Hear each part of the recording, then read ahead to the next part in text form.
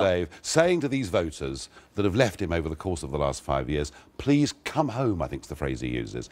They're not going back to a guy that's covered the country in windmills, that has slashed our armed forces, raised the level of the foreign aid budget, presided over massive immigration, and only at the last minute been persuaded to sort of half-heartedly offer a referendum.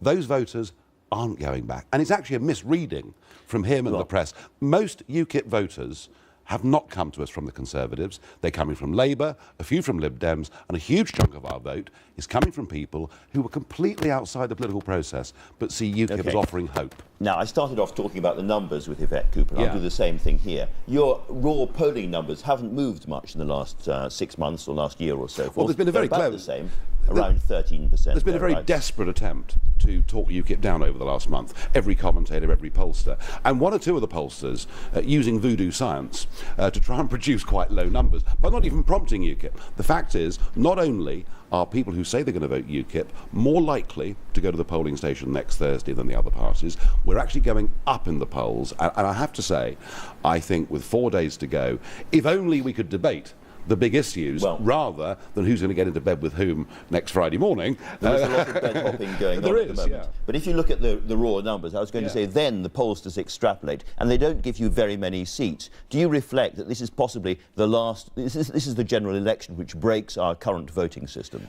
I do, and you know, my message to people, obviously we've got our key target seats where we think we're going to win or we're very, very close to winning, but I would say to all UKIP voters that a vote for UKIP is a vote for change, not just in terms of the policy and direction of the country, but for a change in our voting system. First past the post is now bankrupt.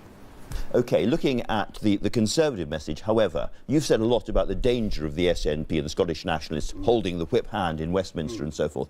Isn't David Cameron absolutely right when he says in Labour, Tory and marginals, you'd be bonkers to vote UKIP if you want to keep Nicola Sturgeon out of Westminster? You have to vote Conservative to ensure David Cameron back in, and therefore no SNP Ed Miliband stitch-up. Well, I'm not sure what the Labour Party's position with the SNP is. I mean, that seems to change every day. But it's a bit ironic for the Conservative Prime Minister to say he's the great defender. And they've put up billboards showing Alex Salmond taking money out of an English back pocket. This from Mr Cameron, who joined the pledge with Miliband and Clegg to guarantee in perpetuity the Barnett formula and the English continuing to shovel money over Hadrian's Wall. If you want some MPs in Westminster to fight the SNP, you'll need some UKIP ones.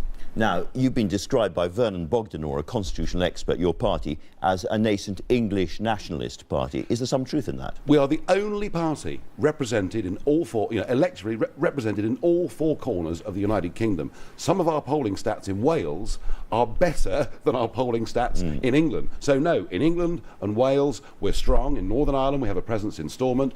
In Scotland, we won an MEP seat there last year. And I think what's really also been completely misread is the extent to which UKIP has grown in the Midlands and the North in Labour-held seats. And the commentators just aren't seeing it. Let's talk about policies a bit. You told John Humphreys, I noticed the other day, that the BBC was an anachronism or a dinosaur. I can't remember. Obsolete, I think was the word. All three would do. All three would do. What would you like to see actually happen to the BBC? Would you like to see it go completely? No, I think the BBC as a public service broadcaster has a role. I think the BBC as a global brand for this country is very, very important. But I think the BBC is far too big and has far too much influence. What kind of things would you like to see the BBC stop doing? Well, I don't think it needs to do entertainment, for example. So Doctor Who and all that kind of stuff could go. Well, the point is, we now have lots of commercial channels out there. We have cable television. The BBC does not need to be doing all of these things. And I think there is a Strictly Come Dancing, all of that kind of stuff. I think there is a real question. About the BBC website and about local news, because, and I say this because if we believe in a free press, then if the BBC local websites are as strong and as heavily funded as they are, how can local newspapers or local websites even compete? And so there is a problem that actually out in the regions, the BBC is beginning to obliterate other voices in the media. So you'd like to see the end of BBC Entertainment and the website. How would you like to see this process taken forward? I mean, you've got views, the DUP have views, many Conservative MPs have views. What should happen? The whole debate about the BBC licence fee and its role, is coming up over the next 2 to 3 years, and I want UKIP to have some input into that. I mean, the other problem is that UKIP was adjudged by Ofcom to be one of the 4 major parties in British politics. And frankly, the BBC have not treated us like that during this general election campaign. OK, let's move on to another area of policy, because you had almost a second manifesto, which was the Christian manifesto, which you put your name to early on, which came out with lots of policies and so forth. Can I ask you, first of all, are you yourself a Christian? Yes, I'm a confirmed member of the Church of England. I haven't always approved of its recent leadership, and I'm a little bit lapsed, but I am a member of the Church of England. Yes. In that manifesto, there's a very interesting bit about gay marriage, and you say there's a phrase you would use: reasonable accommodation to help people who are against gay marriage. And I just want to know what that actually means. Look, let's just be clear. We have now an active and growing LGBT group within UKIP, lots of gay candidates standing for us in these elections. There's been a sort of another establishment attempt to paint UKIP out to be anti-gay. That is rubbish. I'm just asking you what it means. But what we say is that all minorities deserve respect, and that actually, yes, gay people deserve their rights, but also Christians and Muslims, for that matter, should be allowed to hold a reasonable position that says they don't approve of some lifestyles. And that is an accommodation. I understand, but just be absolutely clear. I'm running a B&B. I don't approve of gay people. Under reasonable accommodation, would I be able to say to them, I'm terribly sorry, don't come in? Well, that would be open prejudice. But, Andrew, our national just debt... give me an example. No, I'm not going to. I'll tell you why.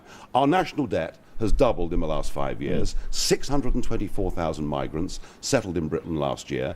All you and anybody else wants to talk about is some tiddly piece of our manifesto. I'm sorry, some tiddly piece of our manifesto. The only manifesto, the only fully costed manifesto that has been put to the British public at this election. Well, let's talk about the big costing parts of your manifesto then. The House of Commons Library says that if we left the EU and we were on the same basis as Norway, we would be able to cut our contributions by 17%. Worth having, but nothing like the huge amounts of money that you want. Who is suggesting that the model we would have with the European Union would be the same as Norway's? Well, yes, because they're able to trade, that's the point. Well, there are 60 countries around the world that have free trade deals with the European Union. So you're saying we wouldn't be in the European Trading Pact, or the EEA? We are now the Eurozone's biggest export market in the world.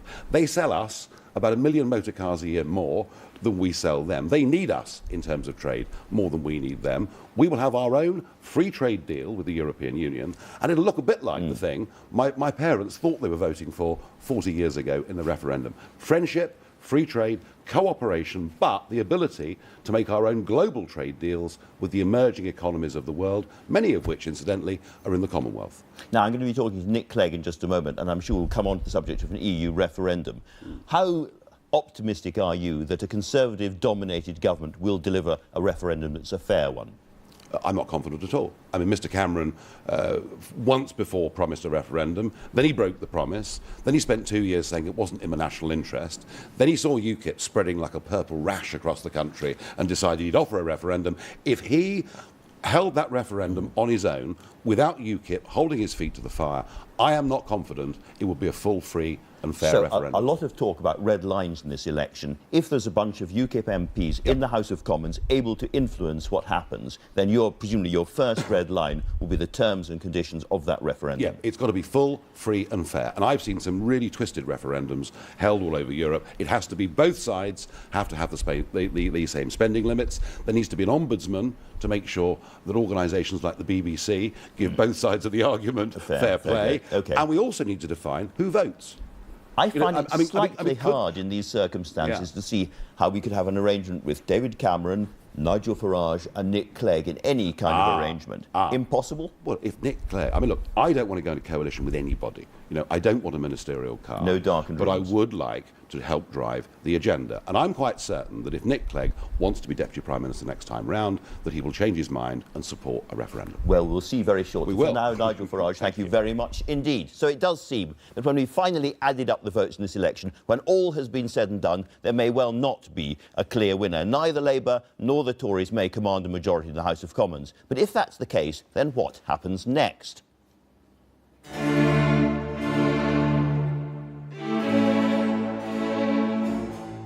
On May the 8th, or the 9th, or the 10th, or however long it takes, a great big fat black car will come rumbling up the road and pull in here, and either David Cameron or Ed Miliband will get out, and they will have been to see the Queen and either confirmed or appointed Prime Minister. That much is clear.